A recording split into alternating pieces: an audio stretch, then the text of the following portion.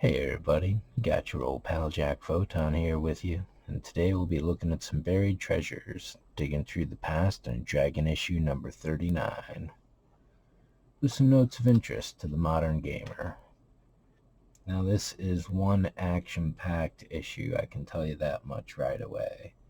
Right on the cover you got two big ones right there, women as player and characters, and evil with a capital E, the anti-paladin, the very first and original.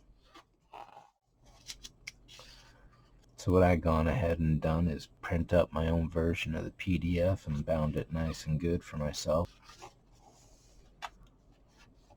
Now, anytime you're looking at Dragon Magazine, obviously one of the first things you're going to be checking is the contents here, but you also want to have a look at the letters from the editor, at least I do, and this goes back to Jake Jacquet's era. July 1980, folks. This is an old one, 41 years old at this point, 41 years and 2 months.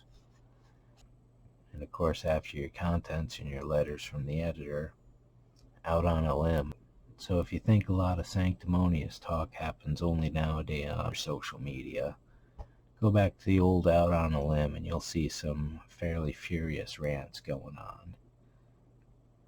This fellow here boasts about how great RuneQuest is and asks why Dragon doesn't cover it and suggests it's a TSR thing.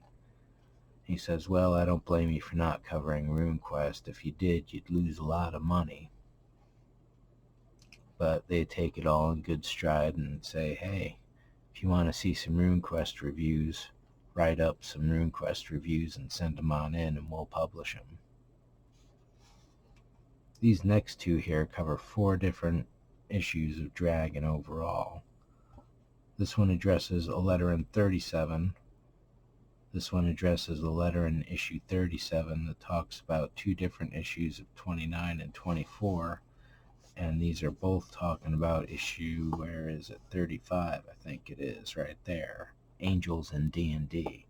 So these 2 letters alone, plus all those issues, are definitely worth their own video at some point. So we'll see if we wind up getting around to that. And of course, then you get right here to page 8. Good got you down. Try this for evil, the anti-paladin NPC. This is the big one that really kicked it all off as far as NPC classes go. There were a few before this overall, but it seems like this was the one that really got the flavor going. Now it's only 2 pages right here, and it picks up on page 50. And this is one that I'll be covering in its own video at some point as well, so watch for that. But right on the next page, here's your other big one up on a soapbox, the problem of morality in fantasy. And this is another one that's worth its own video. This issue is action-packed, let me tell you, folks. So this one here by the author Douglas P. Bachman refers to author Larry DiTilio's article in Dragon 36, Painted Ladies and Potted Monks. And then in issue 45 or so, I'll have to dig it up, there's a reply from DiTilio to Bachman about this little article that he wrote, and it's a whole big furious kind of thing, so it's kind of interesting, but there's far too much to dig into. It's just too complex to really discuss in a momentary kind of thing, especially when you got a fiction story here about some barbarians of the north and the youth of Juliet Wolfheart. There's a few pages of that. So bam, here's another big one. Women want equality, and why not?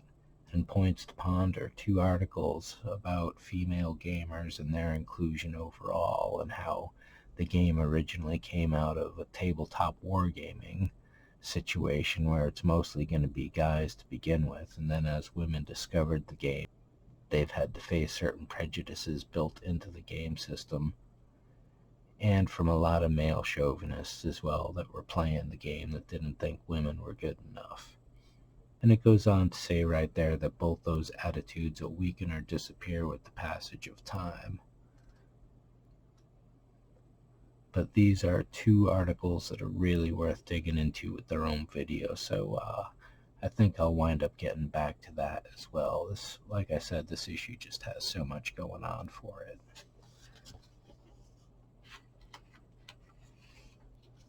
And I'll leave this article for itself because it's not quite as well constructed as that first one there, but I don't want to dig into it without actually addressing everything that it says properly. And you might think this is another piece of something going on here, but it's really just an ad for a game. So here's another one, Leomund's Tiny Hut. You're always going to want to go and check out these articles. And this one's called Starting from Scratch, where it tells the beginning DM how to go about setting up their first game and campaign. From what kind of characters you can expect your players to have, the kind of spells you want to give the magic users and the clerics, how many magic items, what kind of magic items, what kind of frequency for the magic items, the kind of monsters they're going to be fighting, about the equivalency of what you can expect there, what to do about putting in some new monsters that you want to make and some new magic items, and then how to set up your campaign overall. This is a really great article for any beginning DM whatsoever. Bit of fiction here.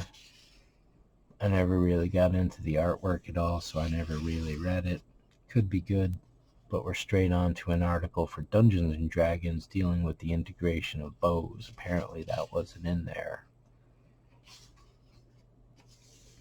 Got some write-ups for some fictional giants. So Sage Advice, one of the other series you always want to check out. You usually get a mix of good questions and some bad questions. Here's a bad one. Is there such a thing as a lawful neutral paladin? We have a dwarf who is one. Answer, no. No, you don't.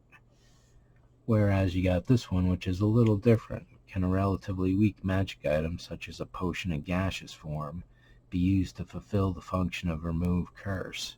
So the idea being you turn gaseous, pull the ring off, and throw it away. And they're like, no way. Remove curse needs a remove curse. You can't cheat out of stuff like that.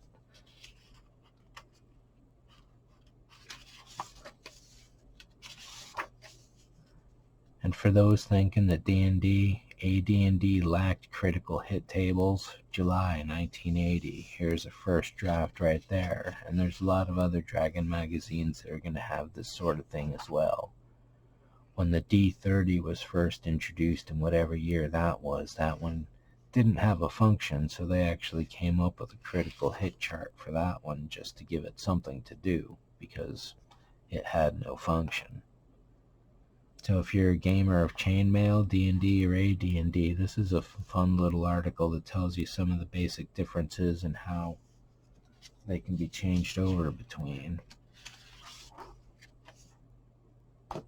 And buried right here, this little bit right there, what are the odds? So author William Keeley says he's had 220 characters over 3 years. That's one every 3 days, so I don't know what's going on, William, there, but hopefully you'll have better luck over the next 40 years.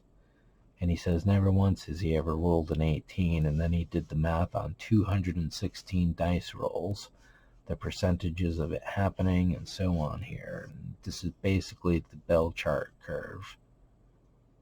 And this is basically the bell curve chart from the Dungeon Master's Guide spelled out in percentiles.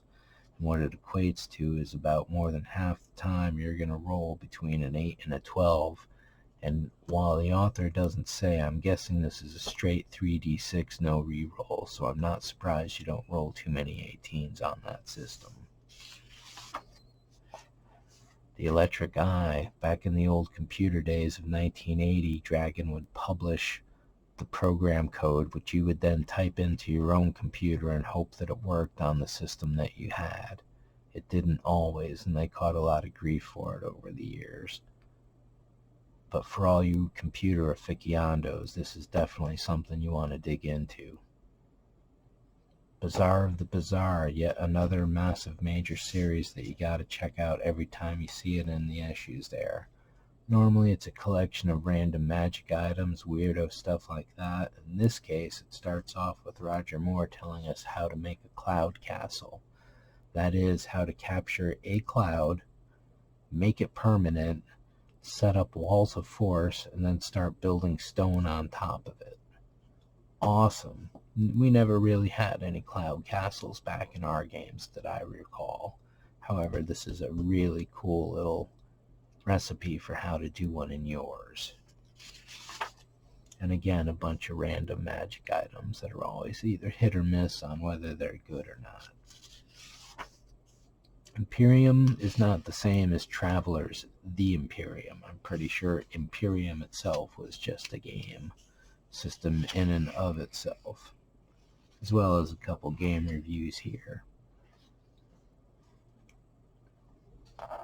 So as we get to the back of the magazine, you pick up all the articles that are held over from the front. In this case, we're back to the anti-paladin, which I said I'll cover in its own video going forward, because that's a really big one. Ground squid here. I want to tell you folks something.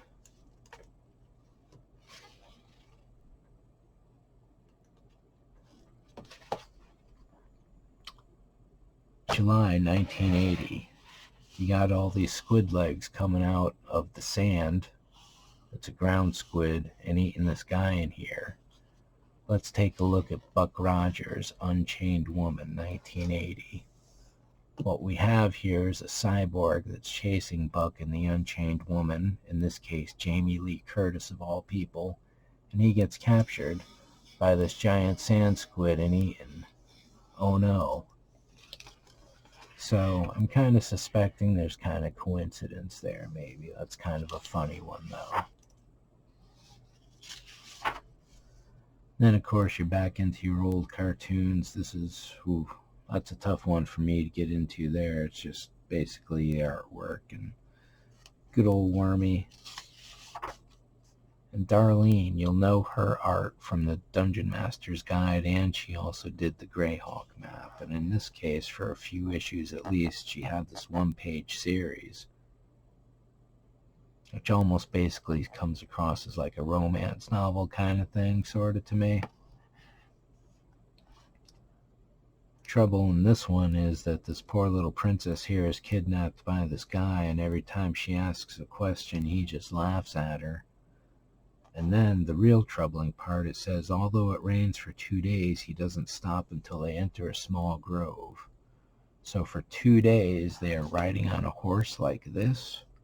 No food, no water. Well, it rained, I guess, so they kind of got to drink that, didn't they? And I suppose they kind of got baths as well.